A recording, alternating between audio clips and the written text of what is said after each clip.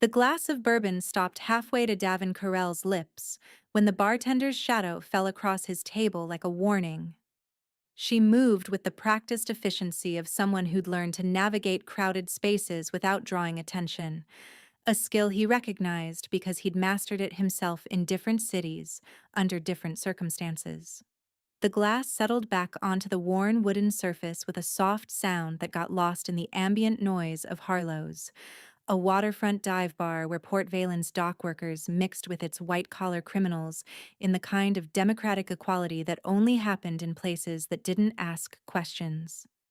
Davin had chosen this corner booth for the same reasons he'd chosen everything in his carefully reconstructed life.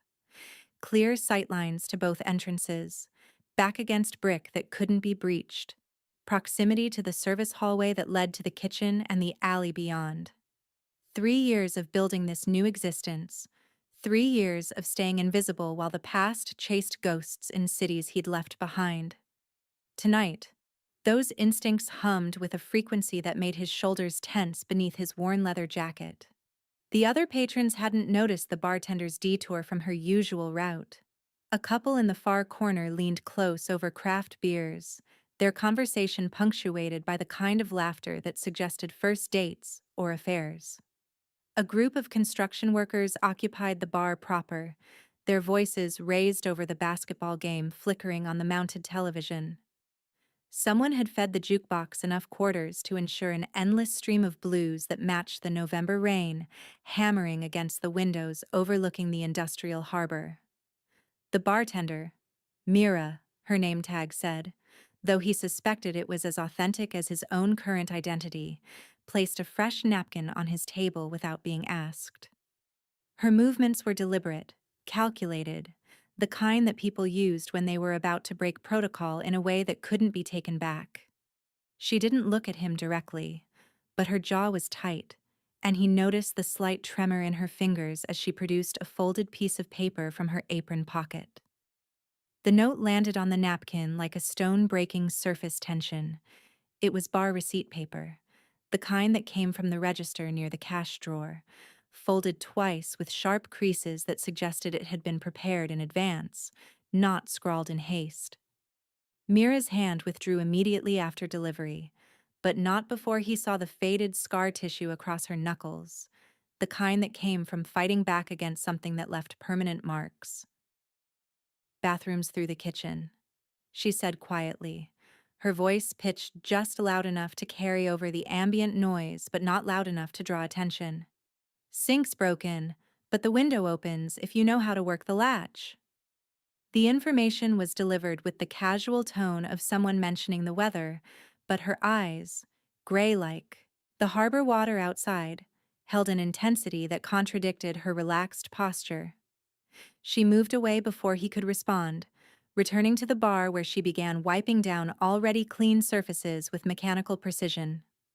Her warning delivered, she'd given him plausible deniability if anyone asked why she'd approached his table. Just a server doing her job. Just a customer receiving information about facilities. Nothing to see, nothing to question. Davin left the note untouched for exactly 30 seconds, letting his gaze sweep the room in a pattern that appeared casual, but cataloged every detail. The couple was still absorbed in their conversation. The construction workers had shifted their attention to an argument about the game's referee. 2 men in business casual occupied a high top near the front entrance, nursing whiskeys and checking their phones with the regularity of people waiting for something. He'd clocked them when he'd arrived 40 minutes ago, too well-dressed for Harlow's, too alert for actual patrons, too synchronized in their movements to be coincidental. His phone sat face down on the table where he'd placed it after his last message went unanswered. Celeste had texted 3 hours ago saying she'd meet him here at 9. It was now 9:40, and the sick feeling that had been growing in his gut since 9:15 told him everything he needed to know about why she hadn't shown. The note unfolded in his hands with a whisper of paper against calloused fingers. The handwriting was feminine but controlled, The letters formed with the kind of precision that suggested someone who'd learned to write in a language that wasn't English before mastering this one. The message was brief, devastating in its simplicity. Your woman betrayed you. They're watching every door. The ones in suits by the entrance. The one reading the paper by the kitchen. The one outside smoking who hasn't moved in 30 minutes. Don't use your phone. They're listening. Don't run. They're faster. When the game ends and everyone's distracted, move. I can give you 30 seconds. Use them. Davin's training kept his expression neutral even as his mind began calculating distances and probabilities. The words rearranged his understanding of the evening, of the past week, of the 3 years he'd spent building a life in Port Vallon under a name that wasn't his own. Celeste knew that name. Celeste knew this bar. Celeste knew his routines, his habits. The fact that he preferred corner booths and Irish whiskey and Thursdays, when the place was busy enough for anonymity, but not so crowded that exits became complicated. He forced himself to take a slow sip of bourbon, letting the burn ground him in the present moment while his peripheral vision confirmed what the note claimed. The man with the newspaper near the kitchen hallway, gray jacket, cheap shoes, the kind of forgettable face that worked security or collection, hadn't turned a page in the 10 minutes Davin had been half aware of his presence. The businessman types by the front door checked their phones in alternating patterns, maintaining coverage, ensuring that one of them always had eyes on the room. The rain intensified against the windows, turning the streetlights outside into blurred halos that barely penetrated the November darkness. Somewhere in the kitchen, someone dropped a pot with a clatter that made half the bar look up. The basketball game reached a timeout, and the construction workers' volume increased in proportion to their blood alcohol content. Davin carefully refolded the note and slipped it into his jacket pocket. His hands didn't shake. Years of forcing stillness in situations where movement meant death had trained that particular weakness out of his physiology. But something cold and sharp was forming in his chest, expanding with each breath like ice crystallizing around his lungs. Celeste had betrayed him. The woman who'd shown up 3 months ago at the marina where he worked, claiming to be new to Port Vallon and asking about boat rentals with a smile that had seemed genuine enough to trust. The woman who'd learned his favorite coffee order and the way he liked his eggs, and the specific cadence of his nightmares when they woke him at 3 in the morning. The woman he'd allowed past defenses he'd sworn never to lower again after the last time trust had nearly gotten him killed. He picked up his phone with careful nonchalance, the screen showing her last message. Running late. Save me a seat? The heart emoji suddenly felt like a knife between his ribs. His thumb hovered over the screen, muscle memory almost activating a response before the note's warning stopped him. They're listening. Which meant his phone was compromised. Which meant they'd been inside his life longer than just tonight. The basketball game's crowd noise escalated. Someone had made a spectacular play that had even the disinterested patrons looking at the television. Davin used the distraction to let his gaze sweep past the bar to the front windows, and that's when his carefully maintained composure cracked just enough for anyone watching to see the moment of recognition that he couldn't quite suppress. Celeste stood on the sidewalk outside, beneath the awning that barely kept the rain off, talking to a man in an expensive coat that probably cost more than Davin currently had in his emergency fund. Her posture was relaxed, familiar, the way people stood when they'd known each other longer than 3 months. The man's hand was on her lower back, possessive, intimate, and she was laughing at something he'd said, her head tilted back in the way Davin had thought was reserved for moments when she was genuinely delighted. As if sensing his attention through the glass and the rain and the distance that separated them, Celeste turned her head toward the bar's interior. Their eyes met across the space, and she smiled, not the warm, private smile he'd believed was his alone, but something colder, sharper, and edged with a satisfaction that made his blood run ice cold in his veins. She'd been the bait, and he'd swallowed the hook so deeply it had lodged somewhere near his heart. The eye contact lasted 3 seconds before Davin looked away with the careful casualness of someone who'd just glanced at a stranger on the street. Not too fast. That would signal recognition and alarm. Not too slow. That would suggest challenge or confrontation. Just the natural drift of attention that happened when there was nothing interesting to see. But those 3 seconds had been enough for Celeste to know that he'd seen her, that he understood what she was, and that the game they'd been playing had reached its endgame. His bourbon suddenly tasted like copper and ashes. Davin forced himself to take another sip, buying time to think while his mind raced through scenarios and options with the systematic efficiency that had kept him alive through situations that should have been fatal. The note said they were watching every door, plural, which meant the front entrance where the businessman types stood guard, and the kitchen exit where the newspaper man maintained position, and probably the window in the bathroom that Mira had mentioned. Too obvious an escape route not to have coverage. They'd boxed him in with professional precision. The kind of setup that required advanced reconnaissance, inside information, and the patience to wait until all variables aligned. Celeste had provided the intelligence, his patterns, his preferred locations, and the specific booth where he always sat when he came to Harlow's on Thursday nights.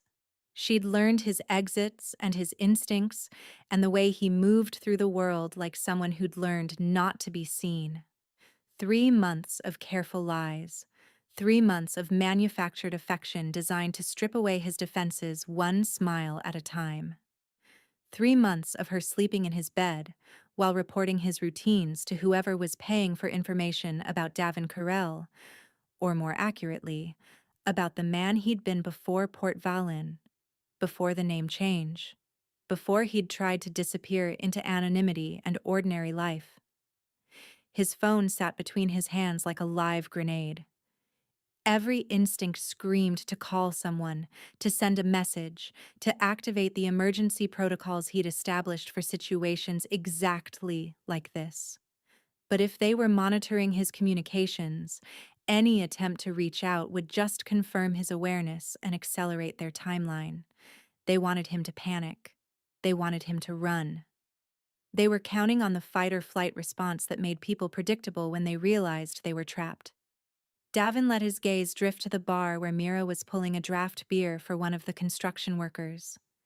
She didn't look at him directly, but he saw the tension in her shoulders, the way she angled her body to keep his table in her peripheral vision. She'd risked something significant by passing him that note. In his experience, bartenders didn't volunteer for danger unless they had personal stakes in the outcome. The question was, what were her stakes? And why had she decided he was worth saving? Outside, Celeste and her companion had moved closer to the entrance. Through the rain-streaked window, Davin watched her gesture toward the bar's interior, saw the man nod and produce his phone. They were coordinating, calling in additional resources or confirming that the target was in position. His window of opportunity was closing faster than the note's author had probably anticipated. The basketball game reached halftime. The television switched to commercials that half the bar ignored while the other half used the break to order another round or head toward the bathrooms. Movement and noise increased proportionally, creating the kind of chaos that could work either for him or against him, depending on how well they'd planned their extraction.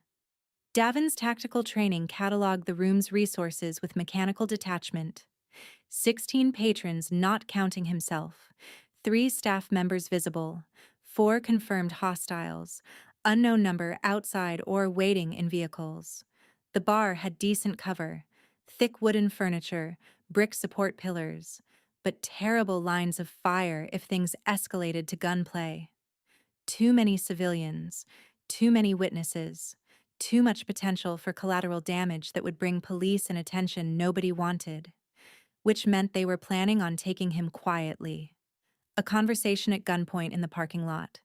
A friendly invitation to step outside and talk. The kind of civilized violence that happened in spaces between public and private, where witnesses could be convinced they'd seen nothing worth remembering. His hands had started to ache, and Davin realized he'd been gripping the bourbon glass hard enough to leave fingerprints in the condensation. He forced his fingers to relax, set the glass down with deliberate care, and finally allowed himself to look directly at Mira. She was watching him now, no longer pretending casual disinterest. Their eyes met across the crowded bar, and he saw something in her expression that made his chest tighten in a way that had nothing to do with tactical assessment. Recognition, not of his face or his name, but of something deeper. The specific look that people wore when they'd survived things that left invisible scars, when they'd learned to read danger in the spaces between words and the silences that followed questions. She knew what it meant to be hunted. She understood the mathematics of survival when the odds were stacked and the exits were blocked. And for reasons he couldn't yet understand, she decided that his survival mattered enough to risk her own safety. Davin gave her the smallest nod, acknowledgement, gratitude, a question all compressed into a single gesture. Mira's response was equally minimal, a slight shift of her shoulders, a cant of her head, toward the kitchen, and then her attention was gone, returned to the performance of being just a bartender in just a bar on just another Thursday night. But not before he saw her lips move, forming 3 words without sound. 15 minutes. Trust me. The man with the newspaper stood up from his table near the kitchen hallway. His movements were casual, unhurried, the kind of stretch that anyone might make after sitting too long. But Davin noticed the way his jacket hung heavy on his left side, the telltale weight of a concealed weapon, and the way his eyes tracked across the room in a pattern that ended precisely at Davin's corner booth. The front door opened, letting in a blast of cold November air and the sound of rain hitting pavement. Celeste entered first, her hair slightly damp, her smile bright and false as she scanned the interior. The man in the expensive coat followed 2 steps behind, his hand resting casually in his pocket in a way that suggested he wasn't actually reaching for keys or loose change. Celeste's gaze found Davin's table, and her smile widened with something that might have been triumph or might have been apology. He couldn't tell anymore if he'd ever really known how to read her expressions, or if every moment had been performance art designed to keep him complacent, while the trap was assembled around him. She started walking toward his booth, weaving between tables with the confidence of someone who knew exactly how this scene was supposed to end. Davin's hand moved to his jacket pocket where the note sat folded against his chest. 15 minutes, Mira had said. But Celeste would reach his table in less than 30 seconds, and whatever happened after that would determine whether he walked out of Harlow's alive or became another cautionary tale about trusting the wrong person. The bourbon glass was empty. The game was starting. And he had no moves left except the one a stranger had offered him for reasons he didn't understand. "Trust me," she'd said. As Celeste closed the distance between them, her false smile firmly in place and danger following 2 steps behind, Davin made a choice that went against every survival instinct he'd honed over years of staying alive in situations designed to kill him. He decided to trust the bartender with the scarred knuckles and the gray eyes who'd risked everything to warn a man whose real name she didn't even know. Celeste reached his table with her coat still dripping rain, and that smile still fixed in place like a mask she'd forgotten how to remove. Up close, Davin could see the micro-expressions that betrayed the performance. Tension around her eyes, the slightly elevated pulse visible at her throat, the way her hand stayed carefully visible as if demonstrating she wasn't reaching for anything threatening. She was nervous. Good. She should be. "Davin, I'm so sorry I'm late." Her voice carried exactly the right note of apologetic warmth, pitched perfectly for the public space they occupied. Anyone listening would hear only a woman apologizing to a patient boyfriend. The client meeting ran over, and then the rain, and traffic was a nightmare coming across the bridge. The lies flowed smooth as aged whiskey, each one delivered with the confidence of someone who'd practiced this exact conversation in front of a mirror. 3 months of her stories, her manufactured history, and her carefully constructed persona. How many of those details had been genuine?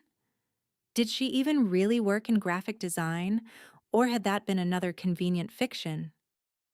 Don't worry about it. Davin kept his voice level, almost bored, the tone of someone mildly inconvenienced but not particularly bothered. He gestured to the empty seat across from him. Drink? I'd love one. Celeste slid into the booth with familiar grace, her body language suggesting ease and intimacy. Under the table, where no one could see, her foot pressed deliberately against his calf. A warning or a signal. Play along, the touch said. Don't make this difficult. The man in the expensive coat had positioned himself at the bar, his back to them, but his posture suggesting absolute awareness of their location. Close enough to intervene, far enough to maintain plausible deniability. The businessman types by the front door had relaxed incrementally, their phone checking now genuine rather than performative. The pieces were all in position. They thought they'd won. Mira appeared at their table with the timing of someone who'd been waiting for precisely this moment. Her professional smile was perfectly calibrated for customers, but when her eyes met Davin's, he saw the fractional widening that meant pay attention. This matters. What can I get you? She directed the question to Celeste, but somehow her attention remained on Davin, as if the real conversation was happening in frequencies the betrayer couldn't hear. Gin and tonic, Celeste said, not looking at Mira, her focus entirely on Davin in a way that was probably supposed to seem affectionate, but felt more like monitoring. Make it a double. It's been a long day. And another bourbon for you? Mira asked Davin, her voice carrying a slight emphasis on the word another that made it sound like an entirely different question. Another chance? Another option? Another way out? Actually, Davin said slowly, watching Celeste's expression for micro-reactions, I think I'll switch. What do you recommend? The question was mundane, the kind of thing customers asked bartenders 100 times a shift. But Mira's shoulders dropped a fraction, relief or acknowledgement, and her answer came with careful precision. The Port Valan whiskey is exceptional. Local distillery. Most people don't know about it, but those who do swear by it. Takes a discerning palate to appreciate the complexity. The message was clear to anyone listening for subtext. I'm local. I know things outsiders don't. Trust my expertise. To Celeste and her handler, it sounded like standard bartender sales patter.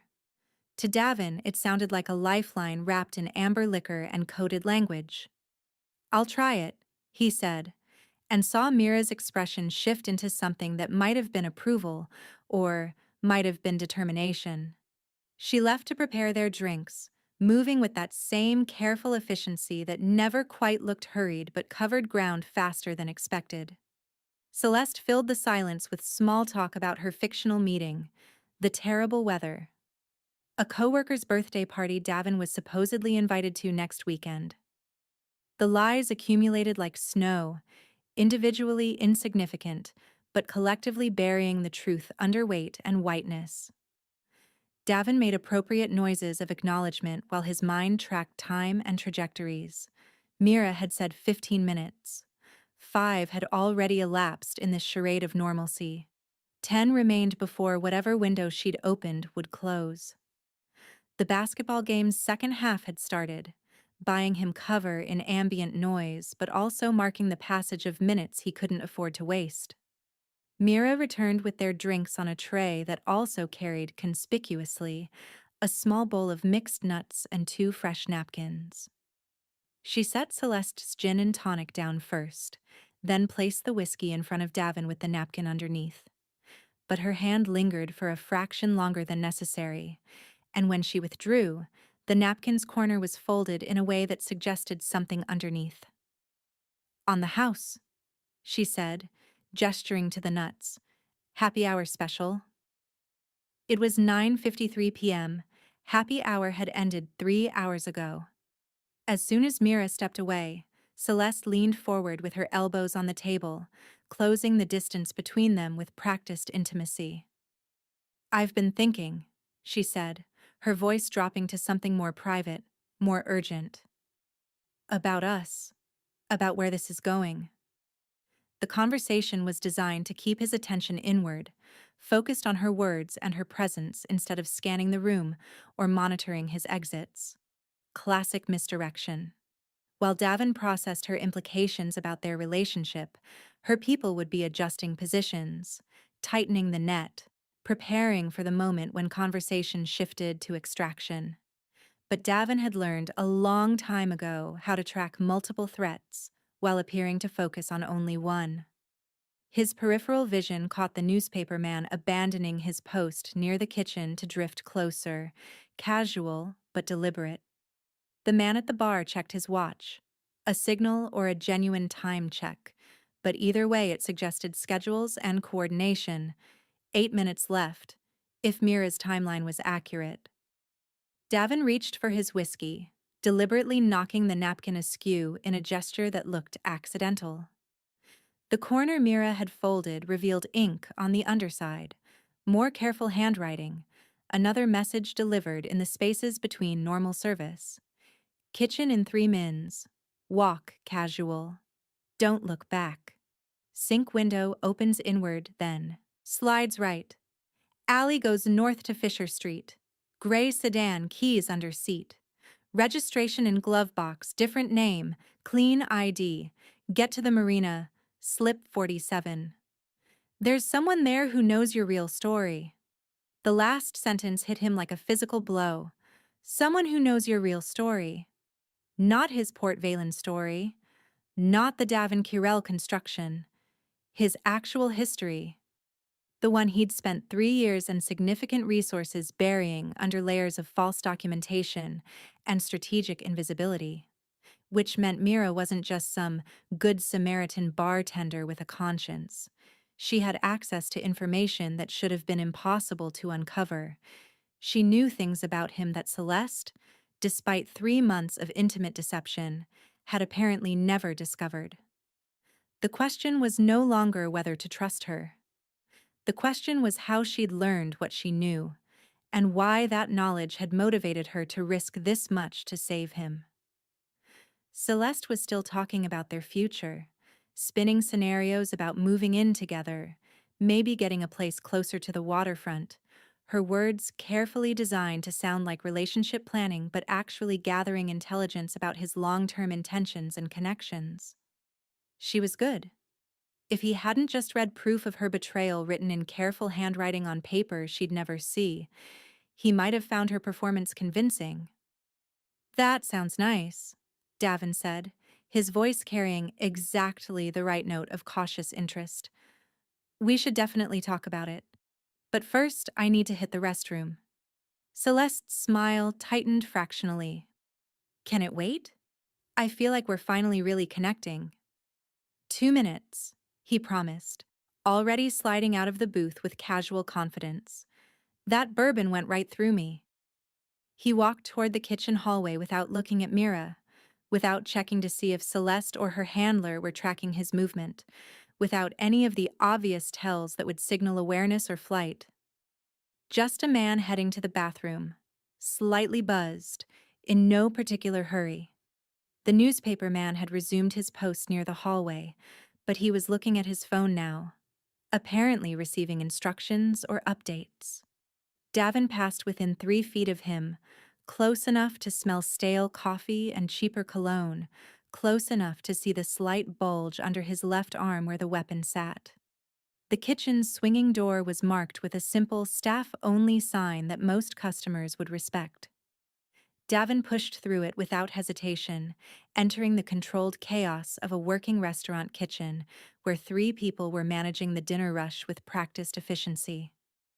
A line cook looked up from his station, surprise registering briefly before Mira's voice cut through from somewhere to Davin's left. "It's okay, Marco. He's with me."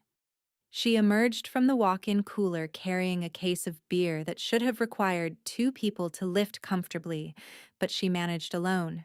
Her arms were corded with lean muscle, her movements suggesting someone who'd learned strength through necessity rather than recreation. She set the case down and jerked her head toward the back corner, where a narrow hallway led to a bathroom and an emergency exit. "Window in the men's room," she said quietly, her voice pitched under the kitchen noise. 60 seconds, then I'm going back out there to delay them as long as I can." Davin should have moved immediately. Every second of hesitation was a second Celeste could decide to check on him. A second for the man with the gun to wonder why the bathroom trip was taking too long. But something in Mira's expression stopped him.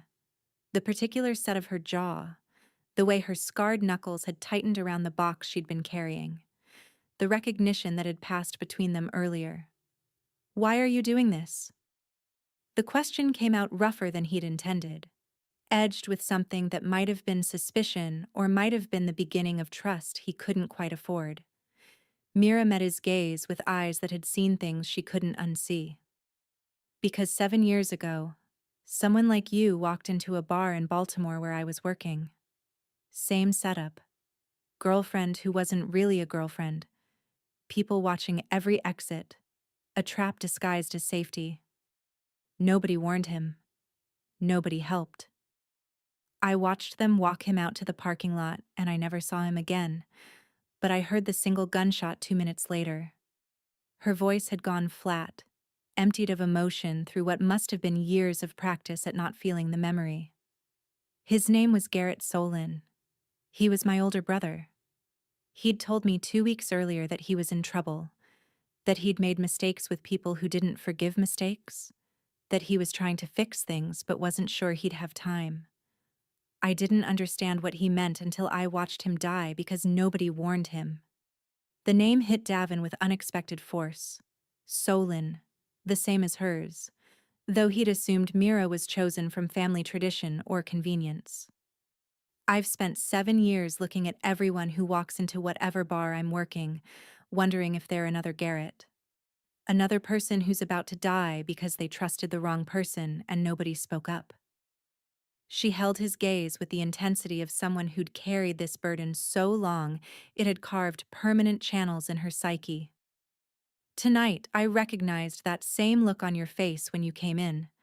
That careful awareness, that tactical positioning, that way of being alone in a crowd. My brother had it too.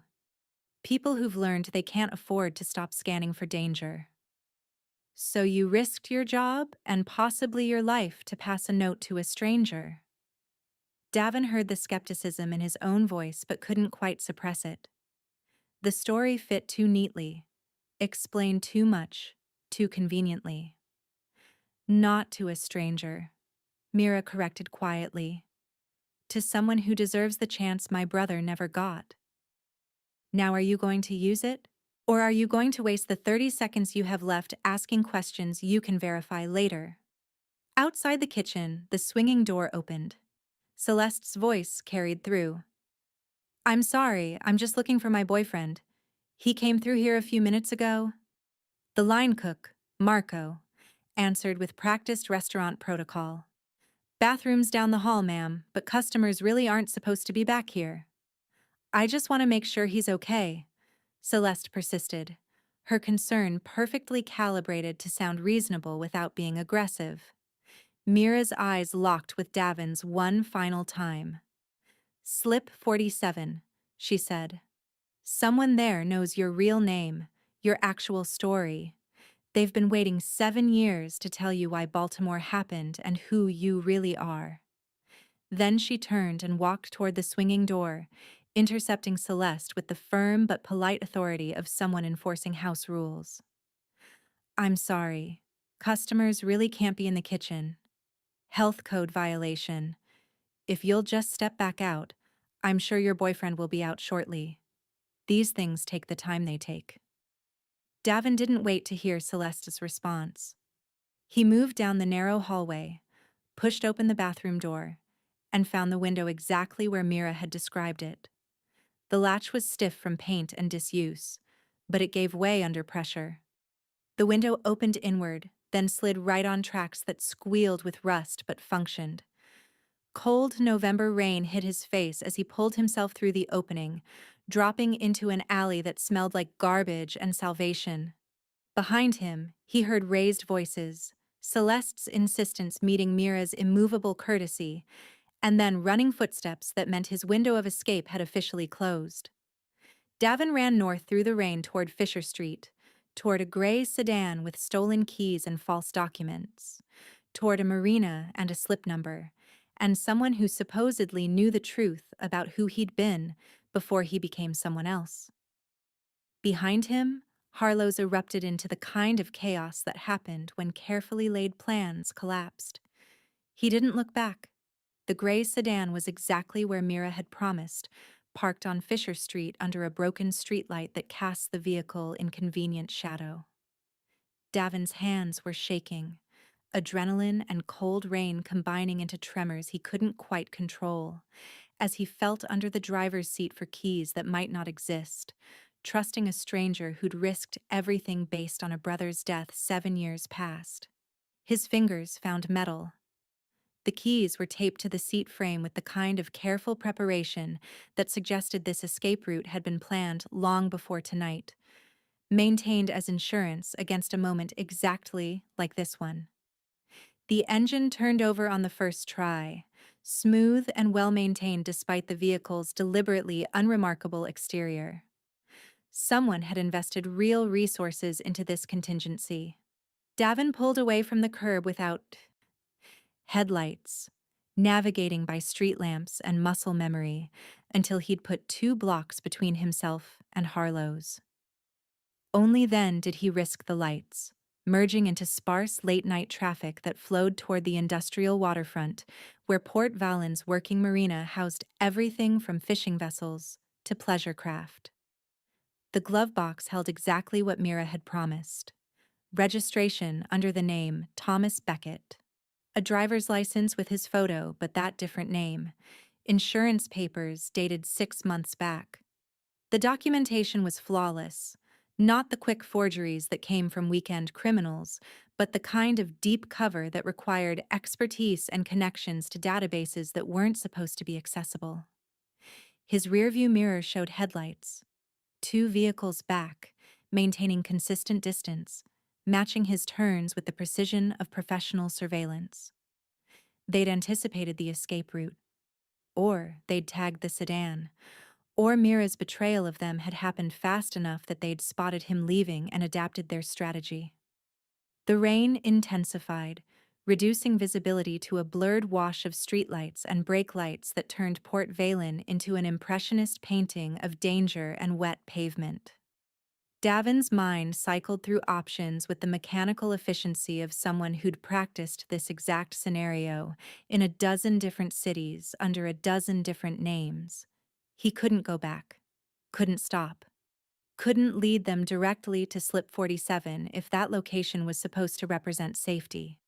The marina entrance appeared on his right, a gap in the industrial waterfront marked by a weathered sign and a chain-link fence that was more decorative than secure.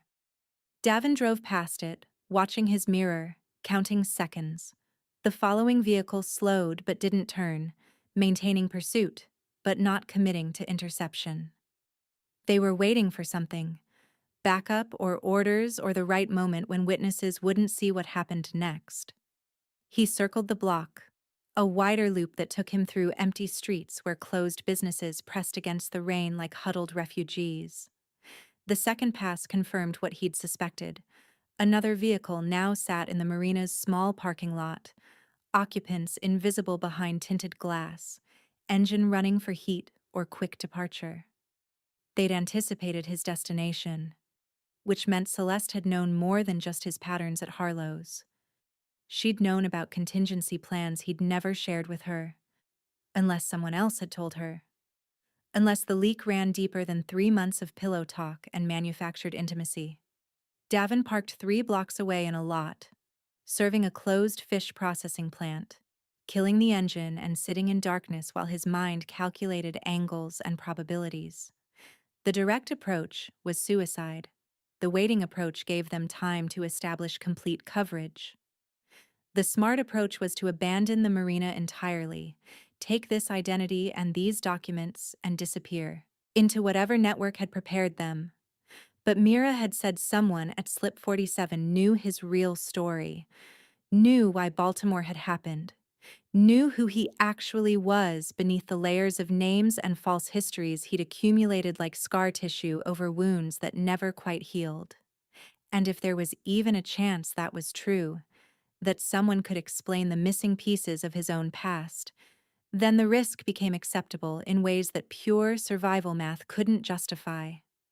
He left the sedan unlocked with the keys in the ignition, a gift to whatever car thief might find it before the people hunting him did. Then he moved through the rain toward the marina on foot, using shadows and industrial debris for cover, approaching from the south where the fence was lowest and the lighting was worst. The marina sprawled across 2 acres of protected harbor, wooden docks extending into dark water like fingers reaching for something they'd never quite grasp. Boats rocked gently in their slips, working vessels next to recreational craft, the democratic equality of shared moorage. Slip numbers were marked on weathered posts, barely visible in the inadequate lighting that came from fixtures designed more for ambiance than security. Davin moved between shadows like he'd been trained to do in a previous life, when his name had been different and his purpose had been clear. That training was muscle memory now, reflexes that outlasted conscious identity. He was halfway down the main dock before his tactical awareness registered the wrongness. The vehicle in the parking lot hadn't moved. No one had emerged to establish patrol patterns. The setup felt more like monitoring than interception. Slip 47 was near the end of the dock, home to a 30-foot fishing vessel called Second Chances, that looked maintained but not loved. Workboat aesthetics without the wear that came from actual daily use. Light showed through the cabin windows, warm and yellow, suggesting occupancy or trap depending on perspective. Davin approached from the dock's edge, keeping the boat between himself and the parking lot, using the rain and darkness as allies. His hand found the rail, the wet wood solid under his grip, and he was about to call out some greeting that wouldn't sound like threat when a voice emerged from the cabin's interior. Female, older, carrying an accent that placed her origins somewhere in Eastern Europe, decades before Port Valen became her home. If you're going to stand there calculating odds, at least come inside where the calculating can happen without hypothermia. The voice held amusement rather than fear, as if armed strangers approaching through storm-dark harbors were routine enough not to warrant concern. Davin held his position, scanning for additional threats, finding none but knowing that meant little in situations where professionals operated. Mira sent me. Mira sent you to me, the voice corrected. Specifically. Because 7 years ago, I should have sent someone to her brother, and that failure has haunted me through more nights than I care to count. Come inside, Davin. Or should I use the name your mother gave you before everything went wrong? The world tilted slightly, not from the boat's rocking, but from the casual mention of his mother, of a name he hadn't heard spoken aloud in so long, it felt more like rumor than memory. He'd been so many people in the years since Baltimore, accumulated so many identities, that the original felt more like fiction than foundation. Who are you? The question came out rougher than intended, edged with something that might have been hope, or might have been the beginning of understanding that his past hadn't stayed buried the way he'd believed. A woman appeared in the cabin doorway, silhouetted against the warm light behind her. She was perhaps 60, maybe older, wearing practical clothes that suggested someone comfortable with weather and maritime life. Her face was weathered in the way that came from living through things that left marks deeper than simple age, and her eyes, dark and sharp and knowing, held recognition that went beyond this moment. "My name is Yael Koren," she said quietly. "I ran operations in Baltimore 7 years ago. I was the one who burned the intelligence that got your handler killed. I was the one who decided you were too dangerous to extract, too compromised to save. I was the one who left you to die in that warehouse while I saved the mission and sacrificed the operator." The rain continued its relentless assault on the harbor, but Davin couldn't hear it anymore over the rushing sound in his ears that came from understanding reshaping itself. Baltimore hadn't been a random hit. His handler's death hadn't been coincidence. The warehouse fire that had destroyed his old life hadn't been the enemy's success but his own side's betrayal. "You're supposed to be dead," he managed, his voice barely functional. "The after-action report said you were killed in Prague 2 months after Baltimore." Yael's smile was sad and sharp simultaneously. "The same way you're supposed to be dead. The same way Garrett Solon was supposed to disappear quietly. We both learned the truth about our organization the hard way, that it sacrifices its own when convenience outweighs loyalty. I went underground. You did too, though you didn't know you were running from friends, not just enemies."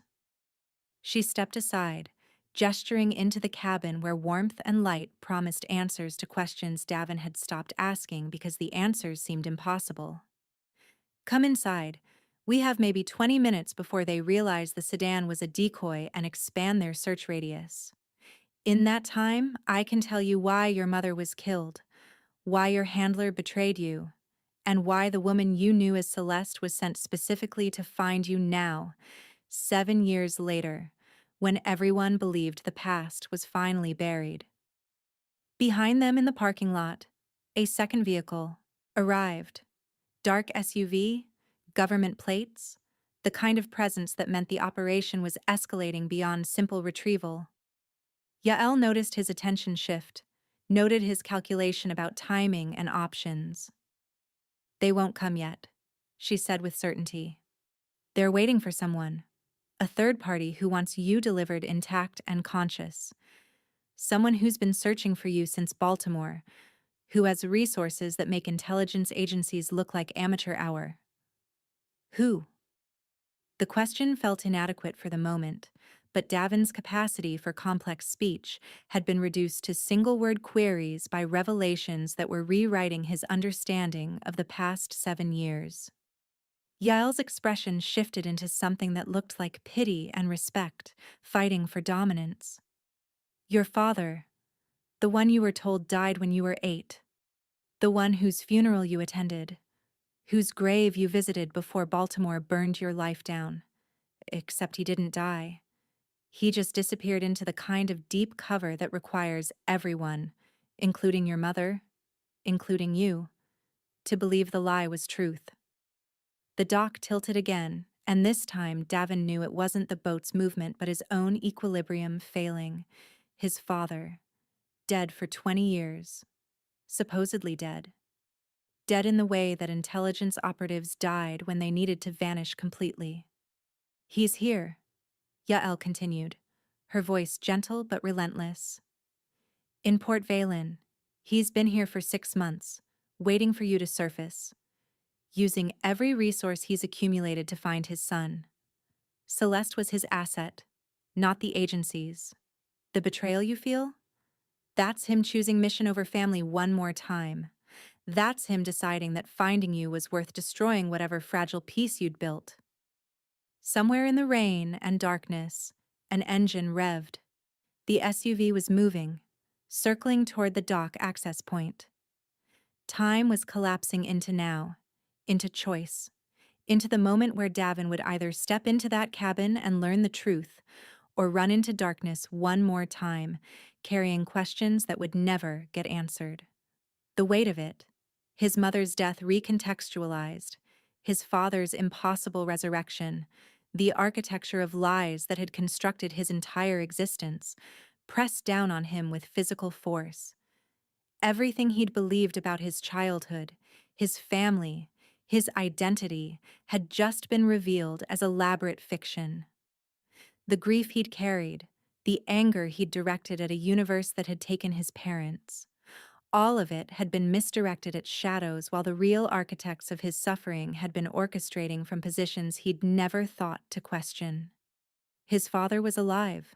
His mother had been an operative. His handler's death had been orchestrated by his own side.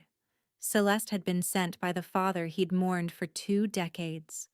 The layers of deception ran so deep that Davin couldn't find solid ground anywhere in his reconstructed understanding. He stepped inside. The cabin was larger than the exterior suggested, modified for living rather than fishing, with a galley kitchen to port and a communication setup to starboard that looked like it belonged in a small military operations center. Screens showed multiple camera feeds, the parking lot, the dock approaches, the surrounding streets. A surveillance web that had apparently been monitoring his arrival and the threats tracking him.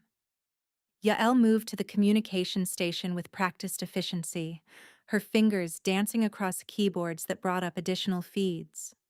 They'll be on the dock in 90 seconds. We can cast off and be in open water in 2 minutes, but that makes us vulnerable to pursuit by faster vessels. Or we can hold position and negotiate, which is what they're expecting, and therefore, what we absolutely should not do. Davin's mind was still processing the impossible information about his father. Dead, but not dead, hunting him across years and identities, using his own son's lover as an intelligence asset. The betrayal felt layered now, generational, a wound that ran deeper than Celeste's manufactured affection into childhood memories that suddenly required re-examination. There's a third option, Yael continued, pulling a weathered duffel bag from beneath the navigation console. We give them what they want, but not the way they want it. Your father isn't on that dock. He's in the SUV, staying back, maintaining deniability, old habits from old tradecraft. If he wants to see you, he'll have to expose himself. She unzipped the duffel, revealing equipment that made Davin's tactical training sit up and take notice. Communication devices, what looked like plastic explosives, a tablet showing real-time tracking data, and something wrapped in oilcloth that his fingers identified as a weapon before his conscious mind caught up. Your choice, Yael said, her dark eyes studying him with the intensity of someone assessing whether years of running had broken him or refined him. You can run again. I have another boat, cleaner papers, a network that can hide you in places they won't think to look. Or you can face the man who's been haunting your life since before you knew haunting was possible, and you can demand the answers he owes you. The boat rocked as footsteps hit the dock.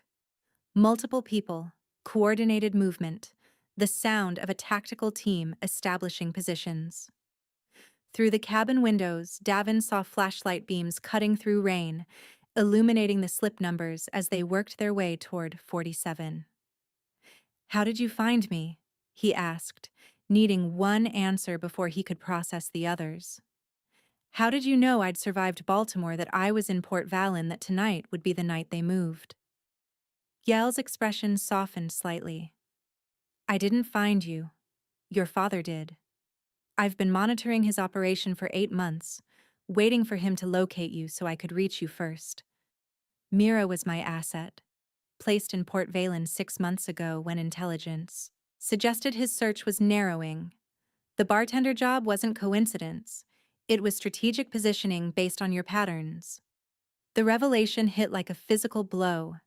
Mira's story about her brother, the recognition in her eyes, the risk she'd taken passing him that note. All of it orchestrated by someone who'd been running operations since before Davin was born. The manipulation ran so deep he couldn't see its bottom. So none of it was real, he heard himself say, the words tasting like ash. Celeste was his. Mira was yours. I've been a chess piece in someone else's game for 7 years. No. Yael's voice cut through his spiral with unexpected force. Mira's brother was real. His death in Baltimore was real. Her grief and her guilt and her decision to help you were real, even if I'm the one who positioned her to make that choice. The difference between me and your father is that I offered her truth and agency. He offered Celeste money and manipulation. One of those things creates genuine loyalty. The footsteps were closer now, perhaps 3 slips away. A voice called out. Professional, calm, carrying the authority of someone accustomed to compliance. Mr. Kirill, we're not here to harm you. Your father just wants to talk. That's all. 5 minutes of conversation, then you're free to go. Lies wrapped in reasonableness, threats disguised as olive branches. Davin had heard this exact tone before, in the moments before Baltimore exploded into violence that left his handler dead and his own identity burned beyond recognition. Mira, he said suddenly, the thought hitting him with the force of panic. If they know I escaped through Harlow's, if they know she helped me... She's already clear, Yael interrupted, pulling up a camera feed that showed Mira's apartment, a modest place in Port Valon's working-class neighborhood. The screen showed her moving through rooms with methodical efficiency, packing a bag with the practiced speed of someone who'd rehearsed evacuation. She'll be on a bus to Seattle in 20 minutes, then a plane to Toronto, then disappeared into a network that specializes in keeping people invisible. She knew the cost of helping you. She paid it anyway. The guilt that washed through Davin was complicated by gratitude and anger at being the catalyst for another person's exile. Mira had survived her brother's death only to sacrifice her own rebuilt life because Davin had walked into her bar carrying a target he hadn't known he was wearing. Mr. Curel. The voice was directly outside now, separated from them by maybe 15 feet of dock and the boat's hull. Please don't make this difficult. You know how these situations end when cooperation becomes problematic. Yael's hand moved to the communications console, fingers hovering over what looked like a manual trigger. Your call, she said quietly, but make it fast. They're about to breach, and I'd prefer not to kill people tonight if the alternative exists. Davin's training, his instincts, every survival mechanism he'd honed over years of staying alive in situations designed to kill him, all of it screamed that running was the only rational choice. But something else was screaming louder. The fury of a child who'd mourned a father who wasn't dead. The rage of an operative who'd been burned by his own side. The aching need to finally understand why his entire life had been constructed on foundations of lies. Tell him, Davin called out toward the dock, his voice carrying over the rain with surprising steadiness, that if he wants 5 minutes of conversation, he can come here himself. No handlers, no security, no tactical teams, just him and me, and the truth he's apparently been chasing for 7 years. If he really is my father, he'll know I'm worth more to him alive than the alternative. The silence that followed felt heavier than the rain. Somewhere in that SUV in the parking lot, a man who died 20 years ago was making calculations about risk and reward, about whether his son had inherited enough of his own ruthlessness to make good on implied threats. Then a new voice cut through the night, older, rougher, carrying an accent that Davin's memory recognized from childhood, even though the conscious recall felt impossible. Clear the dock. Everyone back to vehicles. I'm going in alone. Yael's eyebrows rose fractionally. Well, that's unexpected.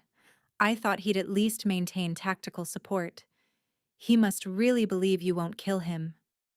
I won't, Davin said, surprising himself with the certainty. But he's going to wish I had by the time I'm done asking questions. The footsteps retreated, multiple sets of boots moving away from slip 47, leaving one person approaching with the slow, deliberate pace of someone who understood that the next few minutes would determine outcomes that couldn't be undone. Yael moved to the cabin door, her hand resting on a weapon Davin hadn't seen her draw, covering the approach with professional competence that made him grateful she'd chosen to be ally rather than enemy. The man who stepped into the cabin's light looked nothing like Davin's childhood memories, and exactly like them simultaneously. Same dark eyes, same way of holding his shoulders, same slight asymmetry in his face that suggested old injuries imperfectly healed. But he'd aged hard, the kind of weathering that came from living in constant vigilance, where rest was tactical rather than recuperative. The lines around his eyes spoke of decades spent scanning horizons for threats. His hands, scarred and calloused, told stories of violence that had become routine. This was what happened when you chose mission over everything else, when you let the work consume the person until nothing remained but function and purpose. "Hello, Kieran," his father said, using a name Davin hadn't heard spoken in 15 years, the name his mother had called him before the agency had recruited him and renamed him and sent him into work that required the death of childhood identities. "I know you have questions. I know I owe you answers. I know that what I've done to find you looks unforgivable from where you're standing." Davin felt something break in his chest. Not cleanly, not with the relief of pain ending, but jaggedly, like something that had been holding together through force of will, finally acknowledging that will wasn't enough. "You were dead," he managed, the words inadequate for the tsunami of emotion behind them. "I was 8 years old at your funeral. Mom cried for weeks, years. She never recovered from losing you, and it was all a lie." His father's face remained controlled, but something flickered behind his eyes that might have been regret, or might have been the ghost of whatever had killed his capacity for normal emotional expression. "Your mother knew," he said quietly. "She helped fake my death. It was the only way to keep you both safe from the people I was hunting, the only way to ensure they couldn't use you as leverage. She agreed to the grief, to raising you alone, to telling you I was gone forever. She did it to protect you." The revelation landed like a second blow before the first had time to register. His mother had known. The woman who'd raised him alone, who'd struggled with money and loneliness and the weight of widowhood. She'd been acting, performing, maintaining a lie so complete that her own son had never suspected the foundation of his childhood was fiction. Every memory suddenly required re-examination. Her tears at the funeral. Had they been real grief for a living man she'd sent into permanent exile, or performance for her son's benefit? The nights she'd stayed up late, staring at old photographs. Had she been mourning or maintaining cover? The way she'd flinched at loud noises, always seemed to be watching the door. Had that been trauma from loss or hypervigilance from knowing threats her husband was facing somewhere in deep cover? Why? The question came out raw, stripped of sophistication or tactical consideration. Why any of it? Why fake your death? Why stay hidden for 2 decades? Why hunt me now, after I'd finally built something that felt like normal life? His father moved deeper into the cabin, his movements careful, aware that Yael's weapon was tracking him but confident enough in his own skills or his son's restraint to proceed anyway. "Because the people I was hunting found you anyway. Because Baltimore wasn't random chance. It was them sending a message by killing your handler and destroying your life. Because they know what you are, who you are, and they won't stop coming until one of us is dead." "What I am?" Davin heard the dangerous edge in his own voice. "I'm your son. That's all. I'm not special, not valuable, not worth this level of resources and manipulation." His father's expression shifted into something that looked almost like pity.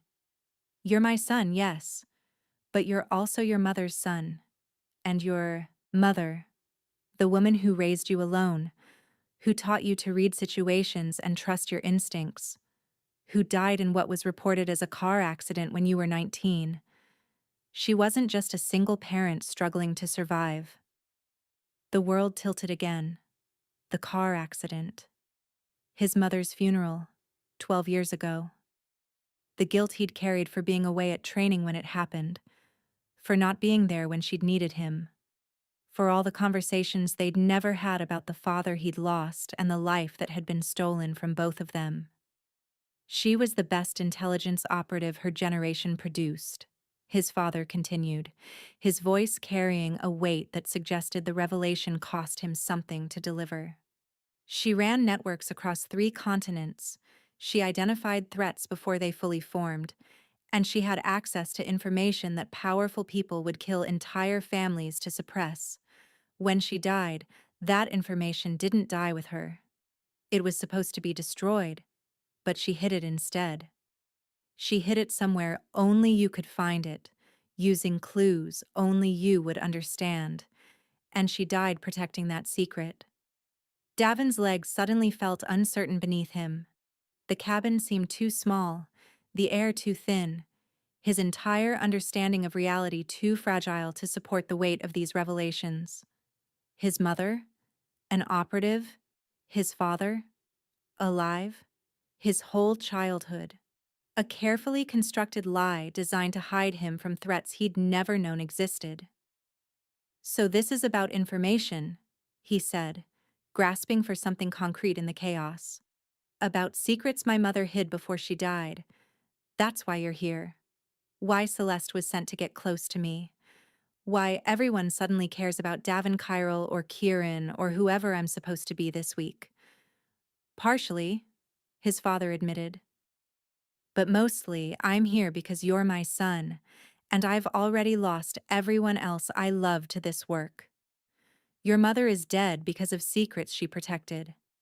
Your handler died because he got too close to the same truth. I won't lose you too. Not when I finally have a chance to keep you safe. Safe. Davin laughed, the sound bitter and broken. You sent a woman to seduce me, to learn my patterns, to position me for extraction or elimination. That's your version of keeping me safe? I sent someone to find you before they did, his father corrected. Yes, the methods were ugly. Yes, Celeste was an asset following orders. But the alternative was letting the people who killed your mother get to you first, and what they would do to extract the information she hid. What they'd do to you in the process would make my manipulation look merciful. Outside, the rain had softened into mist that blurred the harbor lights into impressionist halos. Somewhere in the city, Mira was boarding a bus that would carry her toward a new life, another identity, another beginning constructed on the ashes of the old. Somewhere, Celeste was probably receiving new orders, adjusting to the failure of her mission, preparing for whatever came next in the world of people who lied for living. And here, in a boat called Second Chances that felt like mockery, Davin stood between 2 people. Yael, the operative who'd burned him once and claimed to be making amends, and his father, the ghost who'd haunted his entire existence without having the decency to actually be dead. Where did she hide it? He asked finally, the question feeling inevitable. The information. The secrets. Where would my mother have put something that only I could find? His father's expression softened into something approaching hope. I don't know. She didn't trust me enough to tell me, but she mentioned, right before she died, that she'd left you something that would explain everything. Something hidden in plain sight, protected by memories only the 2 of you shared. Davin's mind immediately went to the boxes in storage, the few possessions he'd kept from his mother's apartment after her death. Letters, photographs, books she'd loved, the detritus of a life he'd thought he understood. He'd moved those boxes through 3 different cities, paying storage fees without ever quite finding the courage to sort through memories that still hurt to touch. "If I find this information," he said slowly, "if I give it to you, or destroy it, or whatever you think should happen, will they stop hunting me? Will this end?" His father's pause was answer enough even before words confirmed it. "No, because now you know what you are. The child of two operatives, the inheritor of secrets that powerful people will kill to suppress or possess. You're valuable now in ways that make simply killing you inefficient. They'll want to use you, to turn you, to extract everything you know about your mother's networks and your father's operations." "So I'm trapped," Davin said flatly. "No matter what I do, no matter where I run, I'm permanently marked. The normal life I tried to build, it was always an illusion." "Yes," Yael interjected, her voice carrying unexpected compassion. "But there's a difference between being trapped and being weaponized. Your father wants to use you to find your mother's secrets and finish the mission that got her killed. I want to help you destroy those secrets, sever the connection to your parents' past, and actually build the anonymous life you've been trying to create." The two paths separated clearly in Davin's mind: his father's mission, with all its inherited purpose and generational continuity, versus Yael's offer of genuine escape. Both were probably manipulations. Both probably served agendas he didn't fully understand. But one felt like chains disguised as legacy, and the other felt like freedom disguised as betrayal. A new sound cut through the night. Sharp, mechanical, wrong. A boat engine, approaching fast from deeper harbor water. Yael's attention snapped to her monitors, her expression shifting from controlled to concerned in the space between. Heartbeats. "That's not ours," she said sharply. "That's not theirs either." Her fingers flew across the keyboard, pulling up radar data that showed a vessel approaching at speeds that suggested pursuit rather than casual harbor navigation. Someone else has been monitoring this situation. Someone who waited for all the players to be in one location before making their move. Davin's father was already moving, his training overriding whatever emotional reunions might have been happening. "How long?"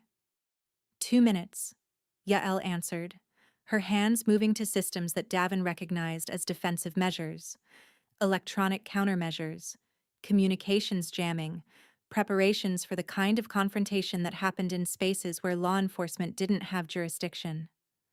"Maybe less. They're not bothering with stealth." The approaching vessel materialized through the mist, a sport fishing boat moving at speeds its hull wasn't designed for, wake churning white behind it. As it closed distance, Davin saw the silhouettes of multiple figures on deck, the distinctive shapes of weapons held ready, and the coordinated movements of a team that had rehearsed exactly this scenario. "They're going to board," his father said with the calm certainty of someone reading a familiar script. "Standard extraction protocol. Flashbangs, smoke, confusion. Then they grab the primary target and extract before response can organize. We have maybe 30 seconds before it starts." Davin felt a strange calm settle over him, the same dissociative clarity that had saved him during Baltimore, that had carried him through years of survival when rational thought would have meant paralysis. His hand found the weapon Yael had left on the console, the weight familiar and comfortable in ways that his normal life had never been. "If I'm the primary target," he said, his voice steady despite the approaching chaos, "then you two aren't what they came for. You can cast off, lose them in the harbor traffic, and survive this. I'll draw them off." "No." His father's voice carried absolute authority. "You're not sacrificing yourself for a father you just learned didn't die, and an operative you met 10 minutes ago. We've all survived worse than this. We'll survive this too." The approaching boat was 50 yards out now, close enough that Davin could see faces behind weapons, could count the tactical team's composition, and could calculate odds that weren't in anyone's favor. 6 hostiles against 3 defenders in a confined space with no backup, and multiple civilians on neighboring boats who'd become collateral damage if this escalated the way it looked like it would. Then Mira's voice crackled over the boat's radio, impossible and essential. Second chances. If you can hear me, they've got 3 teams. 1 on the water, 2 on land blocking your exits. But they're coordinating on an open channel like idiots. I've looped their communications. They think you're trying to escape north. You've got maybe 2 minutes before they realize the deception. Use them. Yael's face split into a grim smile. She's not on a bus to Seattle. She was never on a bus to Seattle, Mira's voice corrected. I'm 50 yards north, fishing boat called Mercy Unto None. Engine running, route plotted. Cast off now. Come to me. And we can lose them in the commercial shipping lanes before they untangle their communications. The approaching assault boat was 30 yards out. Its team was preparing to board, flashbangs visible in hands, weapons trained on Second Chance's cabin. Davin's father was already moving to the mooring lines, his hands working with the speed of someone who'd cast off under fire before. Yael slammed her communications equipment into emergency shutdown, grabbed the duffel bag, and was heading for the helm before Davin's conscious mind caught up with the sudden shift from confrontation to flight. Move! She barked at him, her voice carrying the command authority of someone who'd led operations where hesitation meant death. Or stay and die. Your choice. But make it now. Davin moved. The engines on Second Chances roared to life just as the assault team's first flashbang detonated 30 feet behind them, close enough to hear, far enough to survive. Yael handled the helm with the competence of someone who'd made escape runs before, throwing the boat into a turn that had Davin grabbing for support while his father worked the mooring lines that hadn't fully released before they'd started moving. The fishing boat Mira had called from materialized through the mist like a ghost ship, larger than Second Chances, better suited for the open water beyond the harbor, engines that sounded powerful enough to outrun anything that didn't have Coast Guard authorization. Mira stood on the deck in rain gear and determination, a rope already prepared to secure their vessels together long enough for transfer. The assault team's boat had recovered from its surprise, engines screaming as it adjusted course to pursue. Behind them in the parking lot, the SUVs that had been waiting patiently were now scrambling into pursuit mode, headlights cutting through the mist as they raced to parallel the waterfront. This was escalating beyond simple extraction into something that would bring authorities, questions, attention that nobody involved could afford. Parallel! Mira shouted over the engine noise and the rain that had intensified again, as if nature itself had decided to participate in the chaos. I'll match your speed. Transfer while moving. What she was suggesting was dangerous under ideal conditions, potentially lethal in harbor darkness with armed pursuit and adrenaline-compromising decision-making. But staying separated was certain capture, and Davin had learned years ago that possible death beat certain failure every time. Yael brought Second Chances alongside Mercy Unto None with the precision of surgical strike coordination, matching speed and heading. So the two vessels ran parallel with maybe 3 feet of churning water between their hulls. Mira threw the rope. Davin's father caught it, secured it with practiced efficiency that spoke to a lifetime of nautical operations, and suddenly the boats were connected. Not safely, not for long, but enough. Go, Yael commanded, and Davin went, one hand on the rope, 1 foot on Second Chance's rail, then a moment of empty air and violent water before his boots hit Mercy Unto None's deck with enough force to jar his teeth. His father followed with the athletic grace of someone who'd maintained physical conditioning despite advancing years. Yael came last, pausing only to activate something on Second Chance's console that made its engines surge. She jumped. Davin caught her arm, steadying her landing as the rope connecting the vessels released, and Second Chances veered away on its programmed course. A ghost ship heading south, while Mercy Unto None turned north, splitting the pursuit, buying precious seconds of confusion. "That boat's full of evidence," Davin said, watching Second Chances disappear into the mist with all its communications equipment and surveillance data. "That boat's full of incendiary charges on a 3-minute timer," Yael corrected, already heading for Mercy Unto None's cabin. "By the time they realize it's unmanned, it'll be burning evidence instead of providing it." Mira had Mercy Unto None opened up to speeds that had the hull pounding through harbor chop, heading for the deeper water where commercial shipping lanes offered cover and confusion. Behind them, the assault team had split, 2 pursuing their decoy, 3 following the heat signature that their equipment said contained 4 people instead of 0. "They've got infrared," Mira called out, her hands steady on the helm despite the chaos. "Can't fool that with empty boats. We need to lose them in traffic or go to ground somewhere they can't follow." Davin's father moved to the cabin's chart display with the authority of someone commandeering familiar territory. "There's a maintenance dock 3 miles north. Private access, no security cameras, deep enough water to hide thermal signatures under the pier structure. We can hold there until pursuit exhausts its search pattern. Or until they call in air support and end this permanently," Yael countered. "We need to split up. Make them choose which targets matter more." Mira takes Davin to the maintenance dock. "You and I draw pursuit in opposite directions. Meet at the designated fallback in 6 hours." Davin felt the decision being made around him rather than with him, felt the return of being a chess piece moved by players who'd been operating at this level longer than he'd been alive.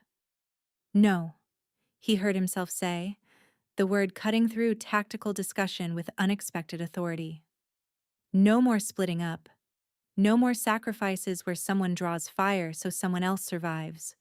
We stay together, or this ends right here with me, surrendering to whoever's willing to guarantee everyone else walks away."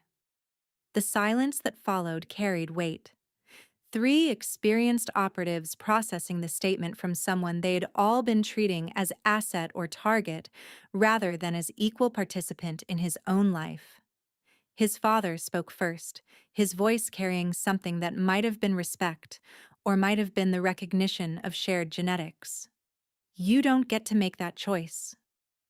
"I'm the only one who gets to make that choice," Davin shot back. "This is about me. Information my mother left me. Value I represent because of genetics I didn't choose. Everyone in this boat has agency except me. You're all deciding my fate like I'm cargo instead of participant." Mira's voice cut through the tension. "He's right. And also, we've got incoming from the south. Fast boat, government markings, probably Coast Guard responding to reports of high-speed pursuit in the harbor. We've got maybe 2 minutes before this becomes an incident that makes tomorrow's news." The reality refocused everyone on immediate survival over philosophical debates about agency and sacrifice. Yael moved to the cabin's equipment locker, producing items that made Davin's tactical training sit up and take notice: flares, smoke grenades, what looked like sophisticated electronics designed to spoof radar or communications. "New plan," she said with the calm of someone who'd adapted operations mid-execution before. "We create chaos, multiple smoke sources, false distress calls, enough confusion that nobody can track who's who. Then we scatter individually, lose ourselves in civilian traffic, and meet at Garrett's memorial service." The last part made Mira's head snap around, her expression shifting from tactical focus to something more complex, pain and surprise mixing with understanding. "You know about that?" "I know everything worth knowing," Yael said, not unkindly. "Your brother's memorial is tomorrow at the cemetery on Hillcrest. Public service, open attendance, the kind of gathering where nobody tracks who comes and goes. It's perfect cover for a meeting nobody would think to monitor." The pursuing assault team was close enough now that Davin could see weapon-mounted lights cutting through the mist. The Coast Guard vessel was closing from the south, its loudspeaker already blaring commands about heaving to and preparing for boarding. The maintenance dock his father had mentioned appeared to starboard, shadowy and dark, promising concealment or trap depending on which side of probability you trusted. Mira brought mercy unto none into a hard turn that had everyone grabbing for support, heading for the commercial shipping lanes where a massive container ship was making its ponderous way toward open ocean. The big ship's wake would be chaos. Its mass would block line of sight, and its international registry would complicate any boarding actions the Coast Guard might be contemplating. "Everyone hold on," she commanded, then drove straight for the wake. The impact when they hit the standing waves was violent, a roller coaster built from water and physics, lifting Mercy unto None's bow clear of the surface before slamming back down with enough force to test every structural component. Equipment that hadn't been properly secured flew across the cabin. Davin felt his teeth crack together hard enough to draw blood. The boat shuddered, protested, and then emerged on the far side of the wake with engines still screaming. Behind them, the assault team's smaller vessel tried to follow and found itself overwhelmed by the same waves. Too light, too fast, and too committed to pursuit to make the smart choice of going around. Davin watched through the spray and chaos as their boat broached, rolled, and capsized, dumping its tactical team into water that was cold enough to be immediately dangerous, even if the harbor didn't kill them first. The Coast Guard vessel diverted toward the capsized boat, emergency protocols overriding pursuit, giving mercy unto none precious minutes to disappear into the maze of commercial traffic and industrial waterfront that characterized Port Valon's working harbor. Mira eased back on the throttles, bringing their speed down to something that wouldn't draw attention, blending into the late-night traffic of fishing vessels returning from offshore runs and cargo ships moving with the ponderous inevitability of economic gravity. The rain continued its assault, but it felt protective now, rather than hostile. A curtain hiding them from observation, washing away their wake, erasing their passage. Davin found himself sitting heavily on the cabin's bench seat, adrenaline draining away and leaving exhaustion in its wake. His father stood at the chart display, tracking their position with the automatic precision of someone who navigated more by instinct than instruments. Yael was securing equipment with methodical efficiency, already planning the next phase while this one still resolved. And Mira kept her attention on navigation, guiding them through traffic patterns with the local knowledge that marked her as Port Valen native rather than transplant. "The memorial service," Davin said finally, his voice rough with salt spray and emotion. "You're serious about using your brother's memorial as a meeting point?" Mira's shoulders tightened, but her voice stayed steady. Garrett would appreciate the irony. He always said that when he died, he wanted his funeral to actually be useful for something. Might as well be as a covert operations rendezvous point. Besides, nobody monitoring for threats would expect targets to voluntarily gather at a public cemetery. "Unless they've anticipated exactly that logic," Yael said, not contradicting but challenging, forcing tactical consideration before commitment. "Public spaces are only safe if nobody knows you're using them for concealment." "Then we make sure nobody knows," Davin heard himself say, the decision crystallizing even as he spoke it. "We split up like you suggested. Different routes, different timelines, different approaches. But we all end up at Hillcrest Cemetery tomorrow at 3 p.m., and whoever's watching will see exactly what we want them to see. Grief, closure, a final goodbye to someone killed by the same systems that are hunting us now." His father turned from the chart display, his dark eyes studying Davin with an intensity that felt like assessment and recognition simultaneously. "You're thinking like an operative," he observed, using emotion as cover, public sympathy as concealment, Genuine grief as camouflage for tactical coordination. Your mother would be proud. The comparison landed like a knife between Davin's ribs. His mother, the woman he'd thought he'd known, who'd apparently been someone else entirely, and who'd died protecting secrets that were still getting people killed years later. The grief he'd carried for 12 years had been complicated enough when he'd thought she was just a civilian casualty of drunk driving.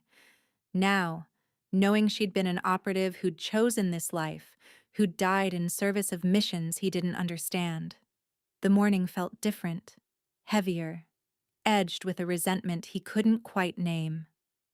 "Don't," he said quietly, the word carrying enough warning that his father's expression shifted. "Don't tell me what she'd think or feel.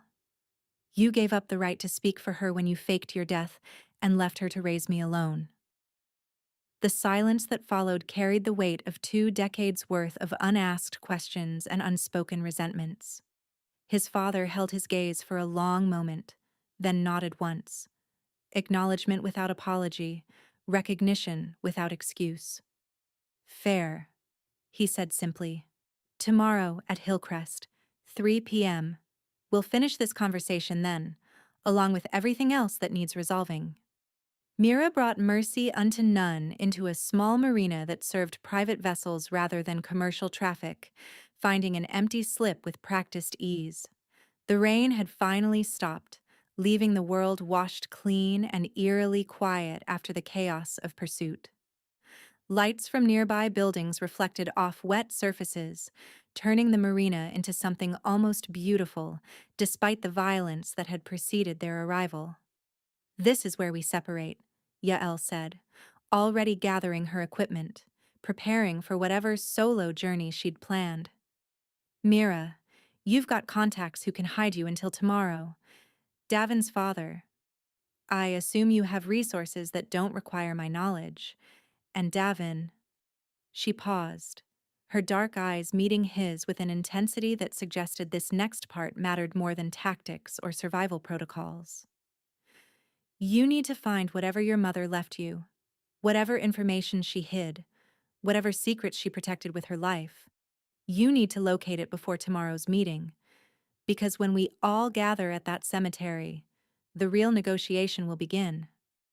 Not about pursuit or survival, but about what gets done with intelligence that powerful people have killed to suppress or possess." Davin thought about the storage unit 3 states away, the boxes he'd been moving for 12 years without fully processing, the photographs and letters and books that were all he had left of a woman who'd apparently been someone completely different than the mother he'd known. "I don't even know what I'm looking for." "Yes, you do," his father said quietly. "You've always known. You just haven't wanted to see it. Your mother was brilliant at hiding things in plain sight, making the significant look ordinary, burying truth in truth. Whatever she left you, she made sure only you could recognize it. Only you would know why it mattered." They dispersed into the night, 4 people carrying secrets and weapons and the weight of lives that had been shaped by violence and deception into something that resembled purpose if you didn't look too closely. Davin walked alone through Port Valen's empty streets, heading toward a future that felt both inevitable and impossible, carrying questions that might finally get answers tomorrow among the gravestones of people who died protecting or pursuing the same truths he'd inherited without consent. In 3 months, everything would be different. But that was tomorrow's story, and tonight, Davin just needed to survive long enough to tell it. 3 months after the harbor chase, Davin stood in a different bar in a different city. But the muscle memory was identical. Corner booth, back to the wall, clear view of both exits.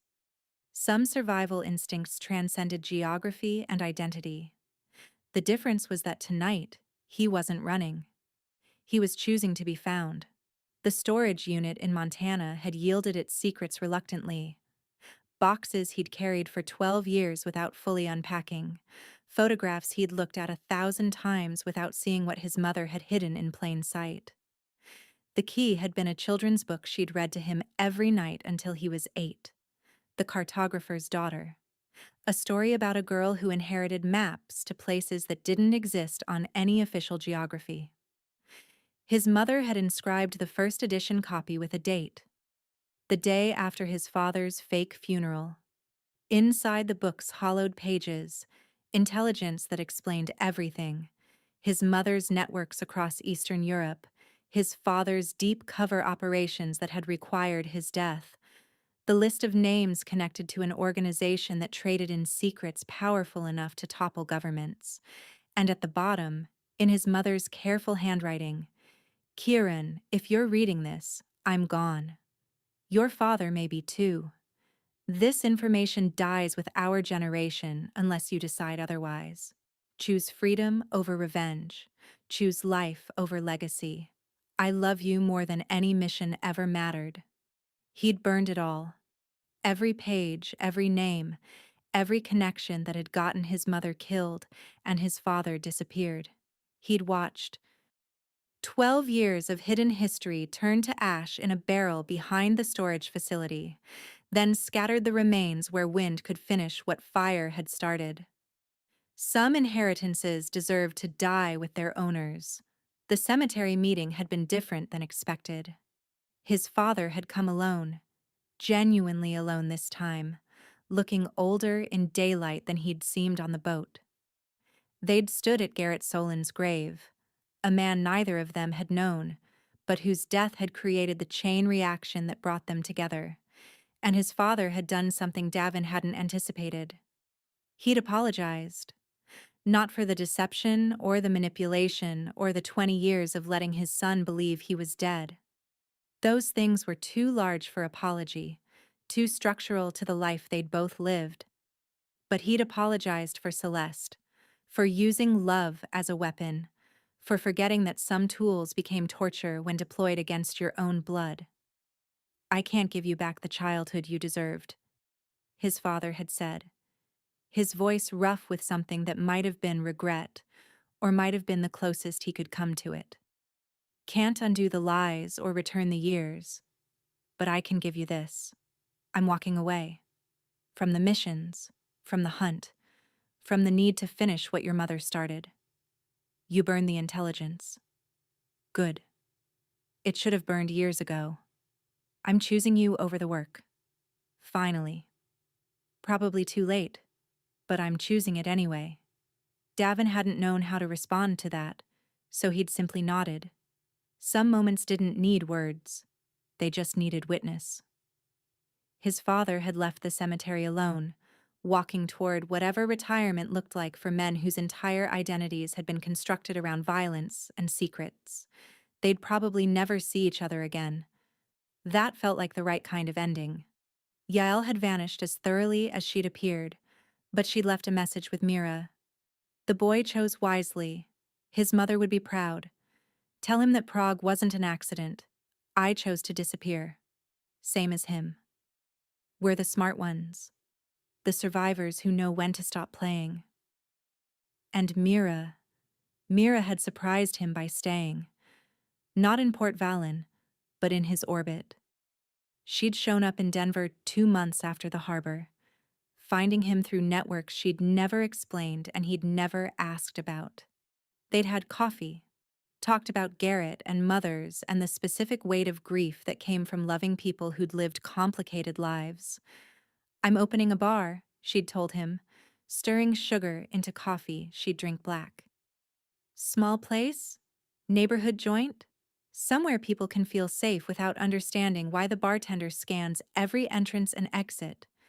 Somewhere that maybe someone like Garrett could have walked into and found help instead of ending." She'd offered him a partnership, not romantic, not transactional, but the kind that formed between people who'd survived similar fires and recognized each other's scars. He'd accepted. Not because he needed income or purpose, but because some bonds were forged in crisis and then had to be tested in ordinary time to see if they held. The bar was called Second Chances, named after Yael's boat that had burned in the harbor, creating evidence destruction and symbolic closure simultaneously. It occupied a corner in Denver's Capitol Hill neighborhood, positioned exactly the way Davin's instincts required. Clear sight lines, multiple exits, close enough to help if someone needed it, far enough from trouble to maintain plausible deniability. Tonight was opening night.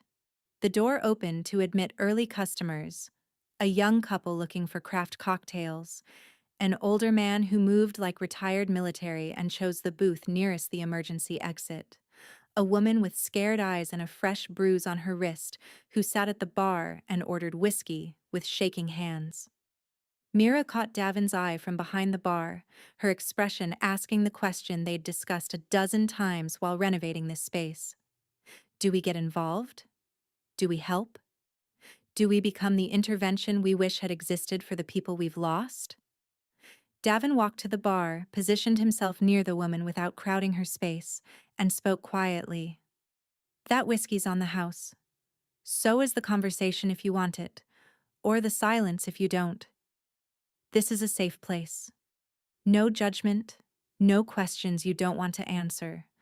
But if you need help getting somewhere safer than where you came from, we know people. Good people.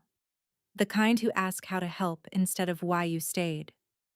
The woman looked at him with eyes that had learned to calculate danger before trusting kindness, and Davin recognized that look because he'd worn it himself not long ago. She was deciding whether to accept the offer or retreat into whatever survival strategy had kept her alive this long. I don't have money for help, she said quietly, her voice carrying the weight of someone who'd learned that nothing came free. That kindness usually disguised some hidden cost. Mira set down a fresh napkin, placed a business card on it. Contacts for shelters, legal aid, domestic violence resources, and met the woman's gaze with the understanding of someone who'd lost a brother to violence and spent 7 years wishing she could rewrite that ending. Nobody's asking for payment, she said firmly. Help isn't a transaction here. It's just what we do. The woman's fingers closed around the card and something in her expression shifted.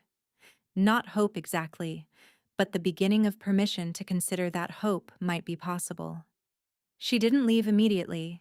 She finished her whiskey, asked for water, and let Mira talk her through the resources on the card while Davin maintained watch on the room. The older veteran at the corner booth caught Davin's eye and raised his glass slightly. Recognition passing between people who understood what it meant to scan for threats out of habit rather than necessity. The young couple laughed over their drinks, oblivious to the quiet revolution happening at the bar, living the kind of ordinary life that people like Davin protected by staying vigilant. Later, after the woman had left with resource information and something resembling determination, after the last customers had filtered out into the Denver night, Mira and Davin sat in the empty bar counting the modest till and not talking about the larger accounting of lives they might be able to change by simply paying attention. Your mother would have liked this, Mira said finally, gesturing at the space they'd built. Using the skills for something that doesn't require anyone to die or disappear.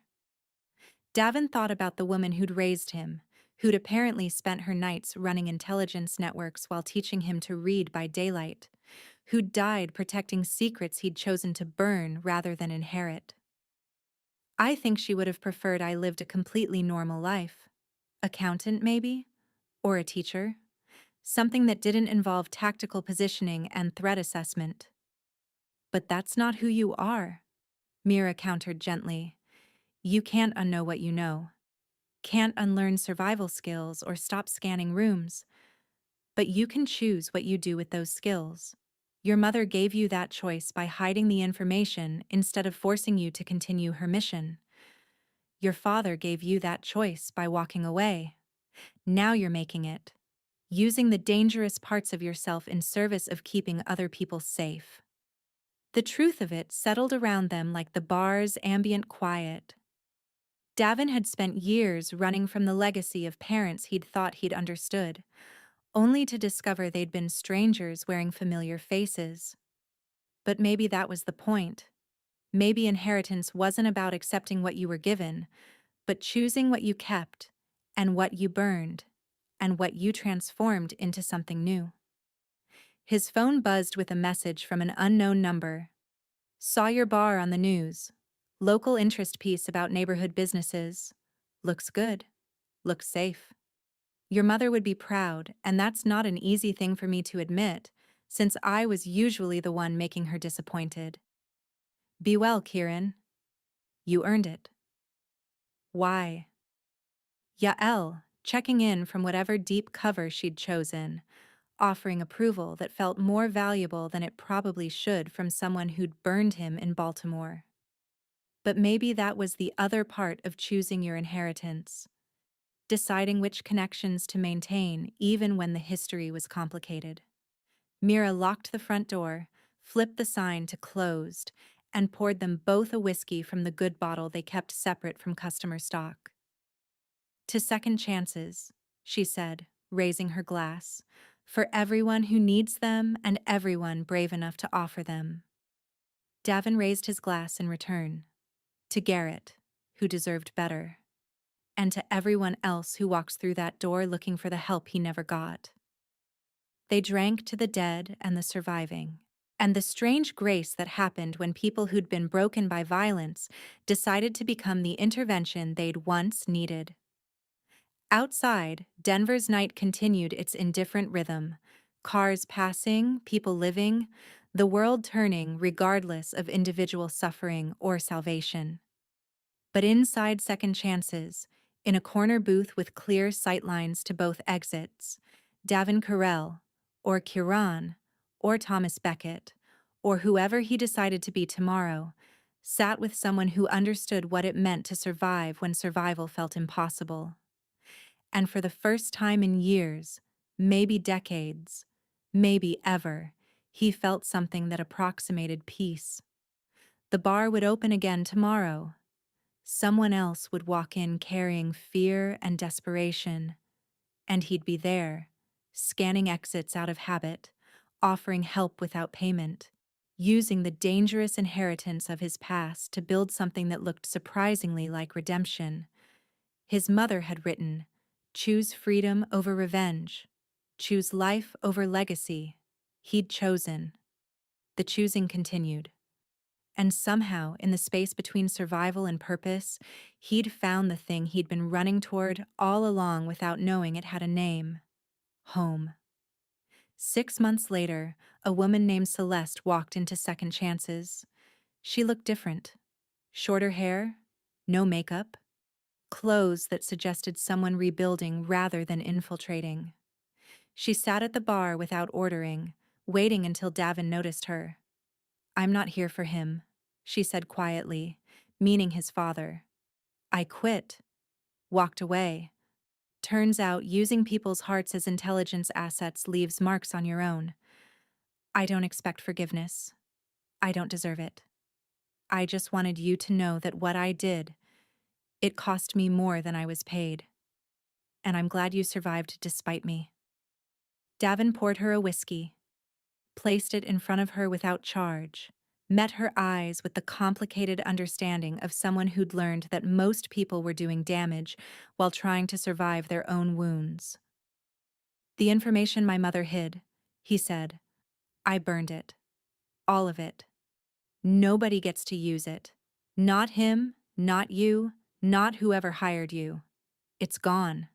Celeste's expression shifted through surprise to something that might have been relief. "That was probably wise." "Probably," Davin agreed. "Drink your whiskey, then leave.